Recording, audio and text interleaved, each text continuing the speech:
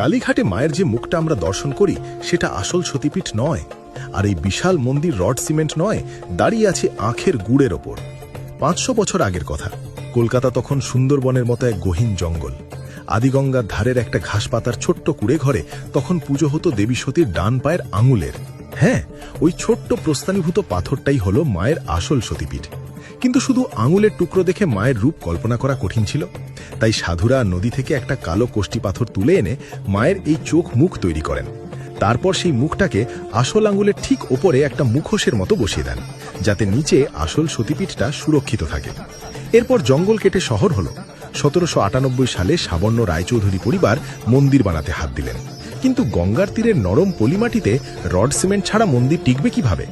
কারিগররা তখন চুন, সুরকি, ইটের গুঁড়ো, ডাল আর আখের গুড় মিশিয়ে তৈরি করলেন এক প্রাচীন সুপার গ্লু। আর কালবৈশাখীর ভয়ঙ্কর ঝড় ঠেকাতে মন্দিরের ছাদটা বানালেন বাংলার কুড়ে ঘরের মতো 4 চালা নকশায়, যাতে ঝড় এলে প্রবল হাওয়া ছাদের ঢাল বেয়ে অনায়াসে পিছলে বেরিয়ে যায়। গুড় আর ডালের ভিতের ওপর মায়ের এই মন্দির আজও মহাশক্তির মতো বুক চিরে দাঁড়িয়ে আছে। মায়ের এই অলৌকিক ইতিহাসকে সম্মান জানালে কমেন্ট বক্সে একবার বুক ফুলিয়ে জয় মা কালী লিখে তবেই স্ক্রোল করবেন। আর সাবস্ক্রাইব করুন গুপ্ত পুরাণ।